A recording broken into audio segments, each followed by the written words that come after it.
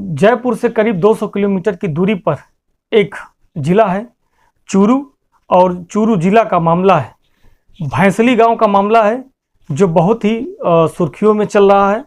और इस मामले को पुलिस द्वारा इस मामले का खुलासा कर दिया गया है। और ये जो मामला है या भैंसली गांव का मामला है, भैंसली गांव में एक परिवार की कहानी है, जिसमें भूप सिंह और उसकी दादी दादा और उसकी पत्नी और 2 बेटे एक ही परिवार में और एक ही साथ या जीवन यापन बड़ी हंसी खुशी से कर रहे थे। हंसी खुशी से या सारा परिवार अपना जीवन यापन करने के साथ ही साथ एक दिन दादी सुबह उठती हैं। दादी को सुबह उठने के बाद दादी को अचानक उल्टी होती है। उल्टी होने के बाद ही दादी मौके पर ही ऑन द स्पॉट दादी की मृत्यु हो जाती है। सभी लोगों ने सोचा कि यह कुदरती मौत है और कुदरती मौत का नाम देकर दादी का अंतिम संस्कार कर दिया।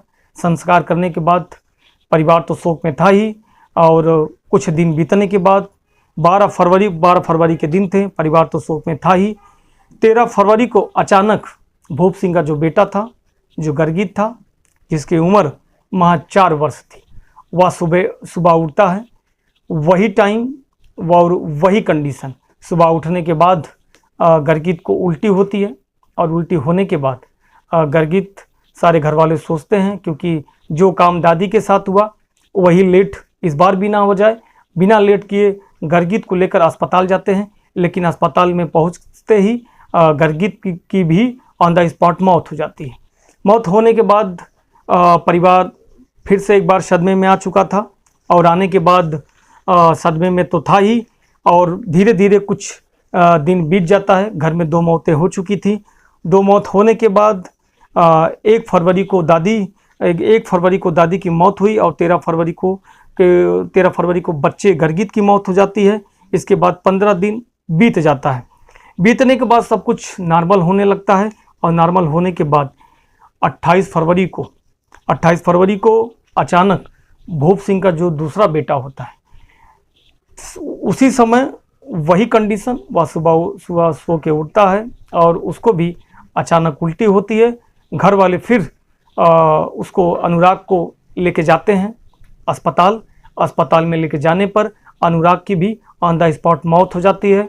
अनुराग 7 वर्ष का होता है जिसकी मौत हो जाती है। डॉक्टर द्वारा उसको मृत घोषित कर दिया जाता है। तीनों मौतें एक समान होती हैं। घर वालों को लगा कि यह क्या हो रहा है, घर वालों को कुछ समझ में नहीं आ रहा था। घर वाले परेशान हो जाते हैं। आज इसी कहानी पर और इसी मामले को जो पुलिस द्वारा जो इस मामले में जो रहस्यमयी आगे लगाई जा रही थी, जिस तरीके से रहस्यमयी मौतें हो रही थी, इस मामले को पुलिस ने आज पूरा खुलासा कर दिया है। तो आयुष क्राइम यात्रा चैनल में आप सभी लोगों का स्वागत करते हैं। आशा नहीं, हम उम्मीद करते हैं कि आप सभी लोग अच्छे होंगे, अपनों का ध्यान रख रहे होंगे। और इसी के साथ आप सभी लोगों से गुजारिश है कि अगर आप नए हैं तो हमारे चैनल को सब्सक्राइब, लाइक, शेयर, कमेंट करना ना भूलें। आज हम आपको एक नई कहानी पार्ट है ये, और भैंसली गांव का मामला है। इस कहानी में हम आज आपको रूबरू कराएंगे। इस पूरी कहानी को आज हम बताएंगे, जो कहानी एक नया मोड़ लेकर आ चुकी है। आपने कभी सोचा भी नहीं होगा कि क्या ऐसी भी घटना कर सकता है, या ऐसा पति या बेटे के साथ ऐसा पिता भी कर सकता है क्या, या एक बेटा अपनी माँ के साथ ऐसा कर सकता है क्या। आज हम इस कहानी में हम समझेंगे इस पूरे मामले को। आप वीडियो के साथ जुड़े रहें और बने रहें। यह मामला है राजस्थान के गांव भैंसली से आया है, जो अपनों का हत्यारा भूप सिंह पुनिया की गिरफ्तारी कर लिया गया है। गिरफ्तारी करने के बाद 2 मासूम बेटों का हत्यारा, दादी को जहर देकर मारने वाला, हत्या करने वाला हत्यारा, यह हत्या भूप सिंह ने अपनी पत्नी के चरित्र शक की वजह से किया था। यह हत्या भूप सिंह ने अपनी पत्नी के चरित्र पर किया था, जिसको शक था कि मेरी पत्नी चरित्रहीन है। यह गिरफ्तारी किया जिसमें भूप सिंह ने अपने बच्चों को गिरफ्तार किया था, जिसमें भूप सिंह ने ही जो अपने बच्चों का बाप था और वही अपराधी निकला। एक पुलिस ने खुलासा किया कि राजस्थान के चूरू जिले के हमीरपुर बास थाना का यह मामला है, जहां पर 3 मौजों को सुलझाने के लिए भूप सिंह के अलावा 2 लोगों की और गिरफ्तारी हुई थी, कुल मिलाकर 3 लोगों की, लेकिन जिसमें से भूप सिंह ही अपराधी मिलता है।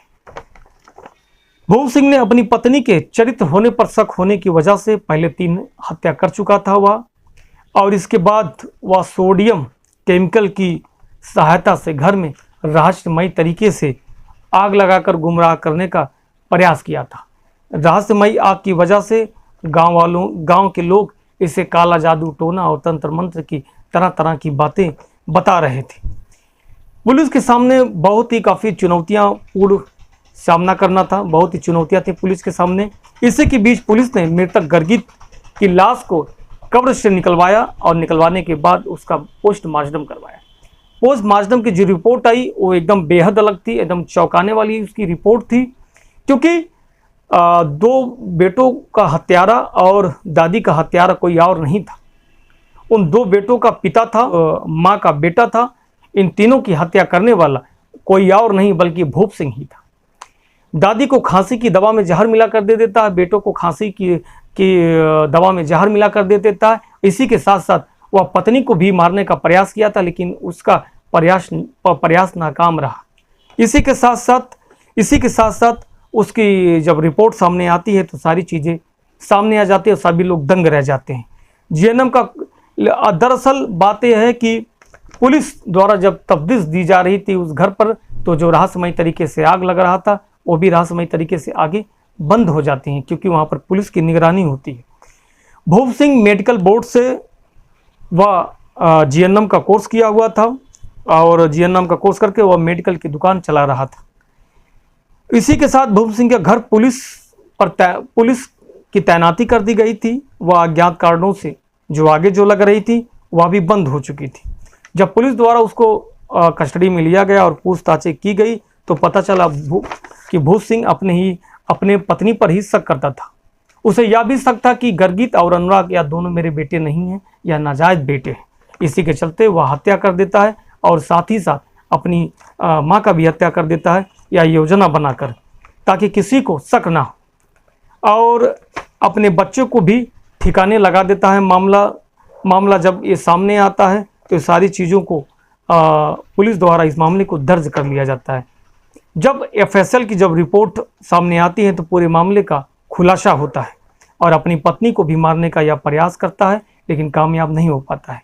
इसके साथ ही साथ छोटे बेटे को दोबारा मारने की भी कोशिश करता था, लेकिन हॉस्पिटल जाने के बाद वह बच गया था, और तीसरी बार में यह अपने दोनों बच्चों को मार ही दिया था। अब बचने के लिए यह आग भी लगाया और तरह तरह के कारनामे भी किए, लेकिन ये सारे लोगों ने इसको काला जादू मानकर ये कि तमाम प्रकार की बातें करके इसको टाल दिया। लेकिन अब यह पुलिस के द्वारा खुलासा हो चुका है कि वजह कोई और नहीं है, हत्यारा कोई और नहीं है और कोई गलती नहीं है। ये सारी गलती और इन सभी लोगों का हत्यारा केवल भूप सिंह है। इस कहानी को सुनाने का मतलब हमारा मकसद किसी को ठेस पहुंचाना नहीं, किसी को दुखी करना नहीं। आयुष यात्रा क्राइम चैनल को आप देखते रहिए। फिर मिलते हैं आपके साथ एक नई घटना के साथ, एक नई क्राइम के साथ। तब तक के लिए आप सभी लोग बने रहिए हमारे चैनल पर और ज़्यादा से ज़्यादा हमें सब्सक्राइब करें। मिलते हैं फिर नई सच्चाई, नई घटना के साथ। तब तक के लिए जय हिंद, जय भारत।